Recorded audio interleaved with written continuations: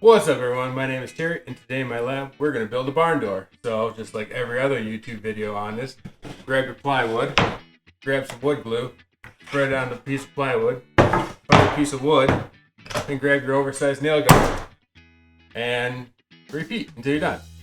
Just kidding. Not to make fun of all those other ones, using plywood is a good option, but in my case here, we're going to use hard maple because this barn door is going to be a traditional 2-panel door that will be visible from every angle. So let's dive into it. I'm just kidding about the plywood door in the intro. Honestly, depending upon the style you're going for, it's a good option. I just found it funny that all the top barn door videos on YouTube can be summarized as plywood plus shiplap. Either way, I drew up this barn door in Shaper 3D on my iPad.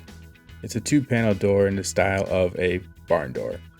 Because of the mortise and tenon construction, it'll look like a barn door on both sides and should look nice regardless if you see it from the hallway, inside the room, or from the main level, because I have a stupid open concept house.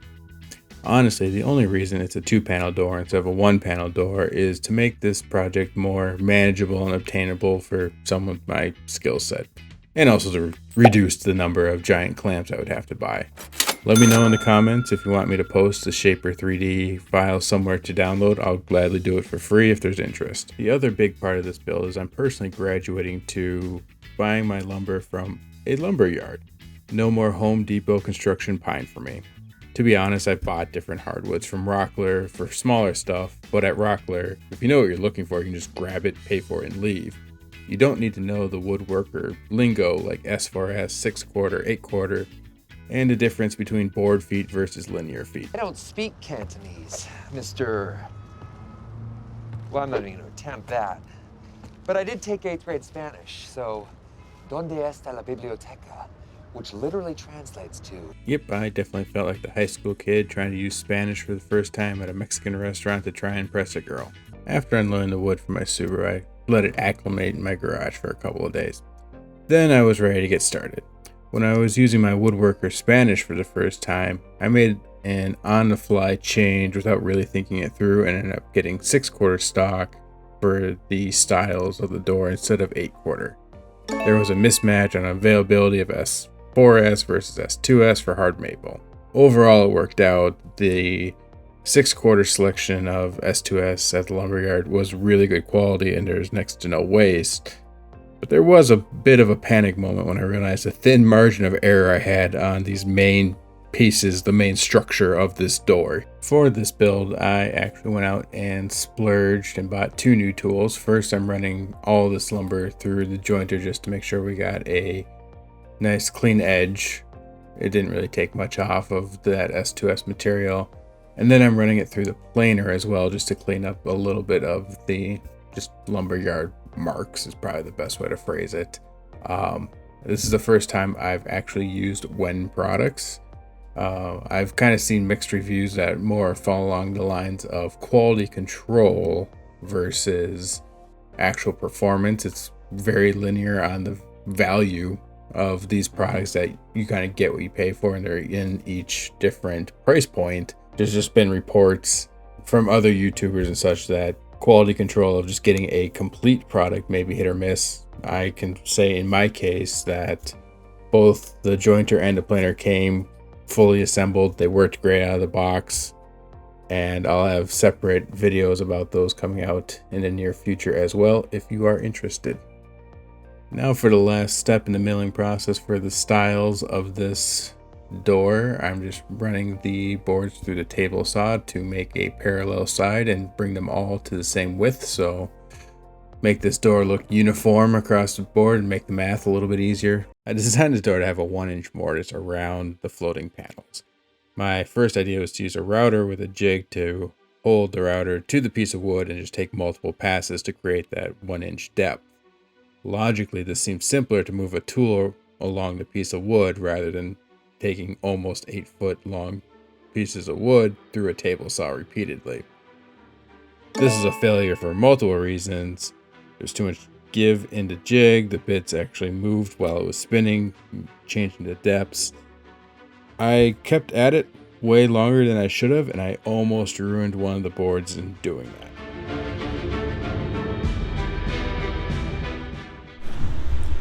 Well, here's the importance about tightening down jigs properly and not winging it.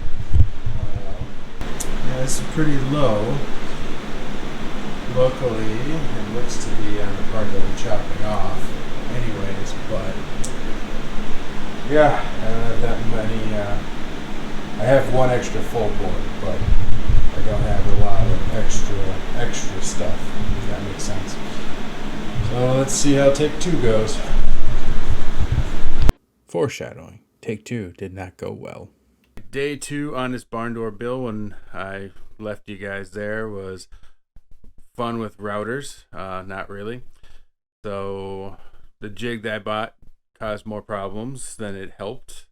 I started going and passing those pieces of wood through the table saw, and that would work. But then I did the math on how big of a channel we needed, and that it was going to be a minimum of 9, if not closer to 20 passes for each board through the table saw to get it deep enough, then a lot of manual cleaning. So needless to say, I went back to the drawing board last night, put away the power tools.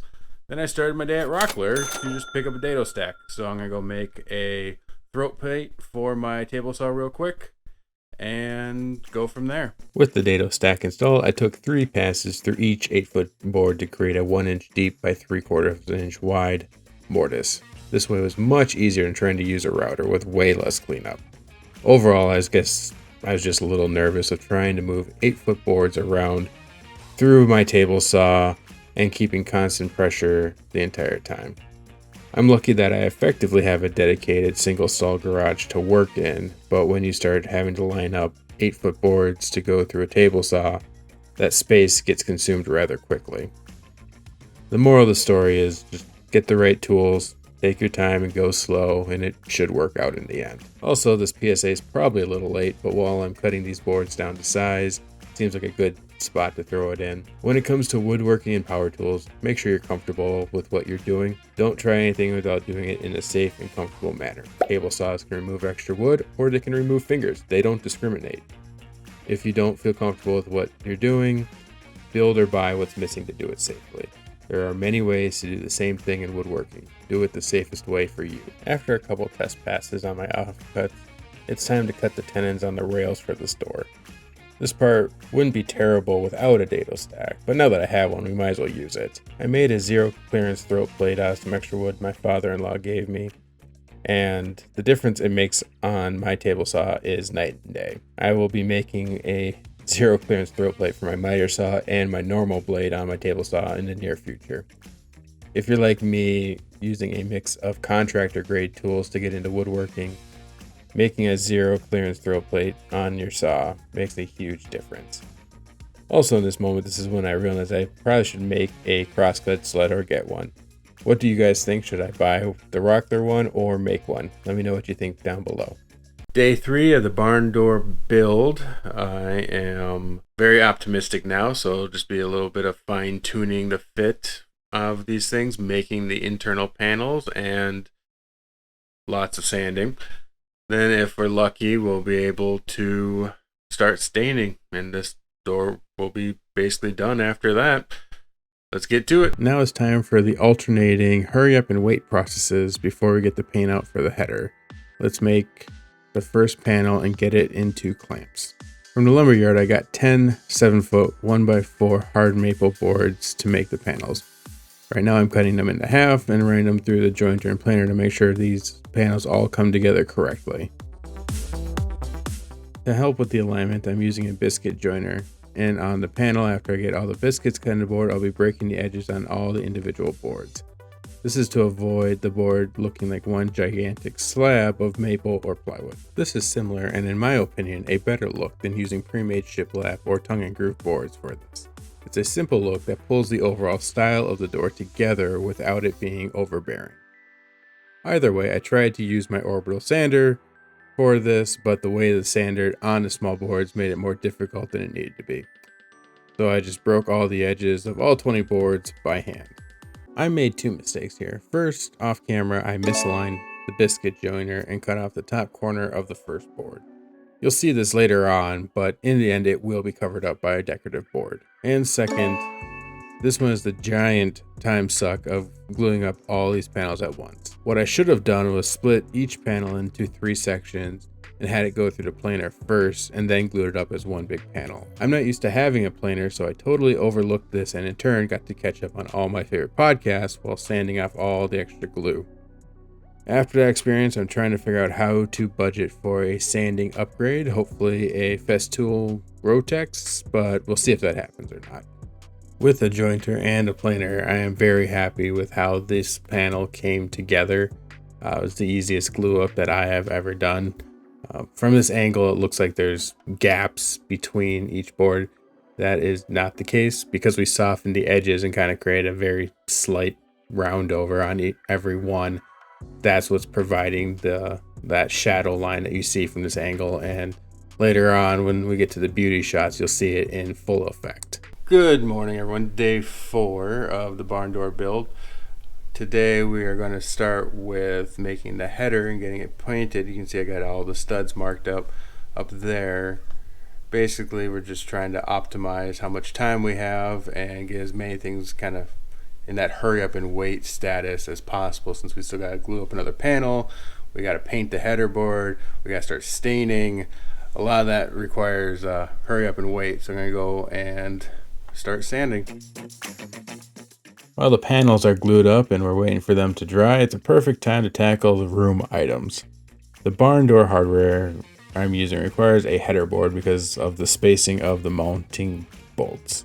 I pre-drilled the holes for the leg bolts and I'm painting the header board white to match my trim. Since it's just me hanging this 8-foot header board, I have a little helper board and a stack of wood attached to assist with this installation. The stack of wood is set at the correct height for the header board to rest on, and then I can screw in the header board with leg bolts. The instructions said I could use a 1x4 for the header, but that seemed pretty narrow given the space and the size of the air vents on each side. So I used a 1x8 board and added a chamfer around the edge. I would provide a link to the specific kit that I used down below, but I bought it over 2 years ago, and in that time, Home Depot has stopped selling it. Furthermore, the manufacturer doesn't make barn door kits anymore. They only make bathroom fixtures. So hopefully this works out, because if it doesn't, I have zero recourse. I'll find a similar barn door kit on Amazon with good reviews and link it down below in the description for you, along with all the tools and supplies I've used throughout this video.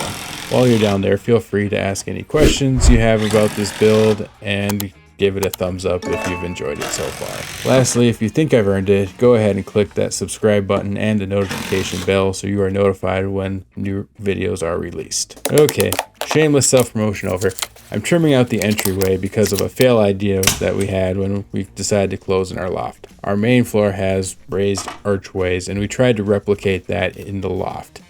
This effect didn't work because our main floor has 10-foot ceilings and our second floor does not. So I'm just making a simple white trim to go around the entryway to make it look nicer and cover up some of the signs of a first-time drywaller. I'm using liquid nails and brad nails to hold the trim pieces on the wall.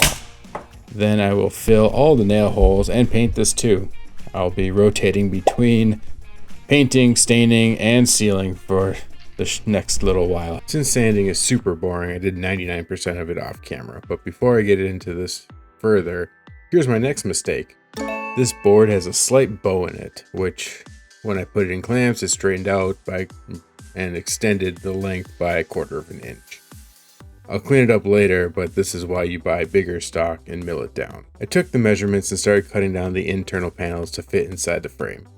I purposely made all these larger so they could be cut to size. The only downside to this method is that you have to trim all 4 sides to keep the pattern centered in the middle.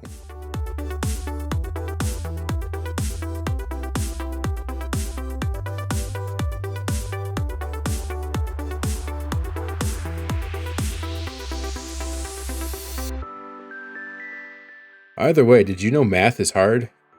I didn't cut the panels down enough, so I got to do this whole process over again, which is cumbersome without a track saw or when you don't have enough room for your assembly table, all your parts, and your table saw to be all out at the same time. Luckily, it wasn't the reverse where I cut too much off the first time and had to create new panels. After correctly cutting the panels down to size the second time, I started gluing up the frame, leaving one of the vertical stiles off so I can slide into panels after they have finish applied to them.